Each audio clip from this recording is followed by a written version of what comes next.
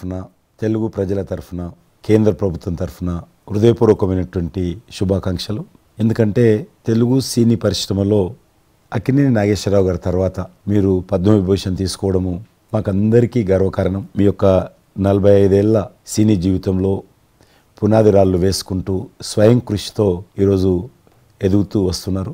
ఎంతో కష్టపడి మీరు ఈ స్థాయికి చేరుకున్నటువంటి మీకు ఈరోజు కేంద్ర ప్రభుత్వం పద్మవిభూషణ్తో సన్మానించడము నిజంగా ప్రతి తెలుగు బిడ్డ గర్వపడాల్సినటువంటి అంశం అని నేను భావిస్తా ఉన్నాను. Thank you so much. Padma Vibhushan వచ్చిన ఈ సందర్భంలో మీరు అభినందించడానికి నా స్నేహితుడిగా చిరకాల మిత్రుడిగా మీరు రావటం అన్నది నాకు చాలా చాలా సంతోషం, మిక్కిలి ఆనందంగా ఉంది. అండ్ మీ ప్రేమని మీ అభిమానాన్ని ఆస్వాదిస్తున్నాను. Thank you so much. దక్షిణ భారతదేశంలో రజనీకాంత్ గారు కానీ మీరు కానీ ఒక మంచి నైతిక విలువలతో కూడినటువంటి నటులుగా మంచి పేరు తెచ్చుకున్నారు. అంతేకాకుండా మన తెలుగు ఇండస్ట్రీస్కి వచ్చినప్పుడు తెలుగు ఇండస్ట్రీలో అప్పుడప్పుడు అనేక రకాల సమస్యలు వస్తుంటాయి, క్రైసిస్ వస్తూ ఉన్నప్పుడు ప్రభుత్వంతో కానీ మీ నటుల మధ్యలో కానీ సినిమా ఇండస్ట్రీ మధ్యలో కానీ వచ్చినప్పుడు సీనియర్ నటుడిగా మెగాస్టార్గా అందరినీ సమన్వయపరుస్తూ మరి ముందుకు తీసుకెళ్ళేటువంటి వారు. అలాంటి మీరు ఈరోజు మరి పద్మవిభూషణ్ రావడం అనేటువంటిది మరి అందరం సంతోషించాల్సిన అంశం అని నేను భావిస్తాను. ఈ ఇండస్ట్రీ లేకపోతే మేము లేవండి. మా చదివిన చదువుకు కానీ మన బ్యాక్గ్రౌండ్కి కానీ ఏదో ఒక మారుమూల ఉద్యోగం చూసుకుంటూ ఉండాల్సిన వాళ్ళు ఈ రోజున ఇంత సెలబ్రిటీ స్టేటస్ కానీ ప్రపంచవ్యాప్తంగా ఎక్కడ మన వాళ్ళు ఉన్నా సరే అక్కడ గుర్తింపు కానివ్వండి, ఇవన్నీ రావటం అంటే కనుక కళామ తల్లి ఆ సినిమా ఇండస్ట్రీ నాకు పెట్టిన భిక్షగా నేను ఫీల్ అవుతుంటాను. మీరు ఏదైనా ఒక మాట చెప్తే దాని మీద మీరు నిలబడతారు, మిగతా వాళ్ళు కూడా మీ మాట గౌరవం ఇస్తారు. అది కారణం నేను అనుకుంటాను. ఎస్, సినిమా రంగం నుంచి రాజకీయాలకు వచ్చి కూడా రాజకీయాలలో మీకంటూ ఒక ప్రత్యేక స్థానాన్ని సంపాదించుకున్నారు. మీరు కొత్త ఒరవడి రాజకీయాల్లో కూడా తీసుకురావడం, మీరు చేపట్టినటువంటి ప్రచార కార్యక్రమం కానీ మీకు వస్తున్నటువంటి స్పందన కానీ అద్భుతంగా మేమందరం ప్రతి కార్యక్రమాన్ని వేరే ప్రత్యామ్నాయ పార్టీలో ఉన్నప్పుడు కూడా మీ రాకను మేము గమనించే వాళ్ళము. మీరు చేస్తున్నటువంటి ప్రచారము, కొత్త ఒరవడి మీరు అద్భుతంగా చేశారు. ప్రాంతాలకు అతీతంగా మీకు స్పందన లభించింది, చాలామంది గెలిచొచ్చారు. ఒక ఆర్టిస్ట్గా నేను మంచి స్థితిలో ఉన్నప్పుడు రాజకీయాల్లోకి వెళ్ళాల్సినటువంటి ఒక పరిస్థితులు నెలకొన్నాయి.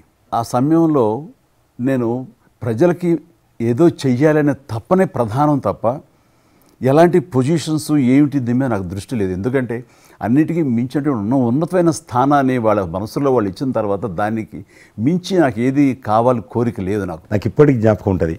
ఇది అంతకుముందు ఒకటే ఉండేది ఇలా పెట్టినప్పుడల్లా ప్రతిసారి మీరే జ్ఞాపకం వస్తారు. నాకు ఎంత కీన్ అబ్జర్వ్ చేశాను.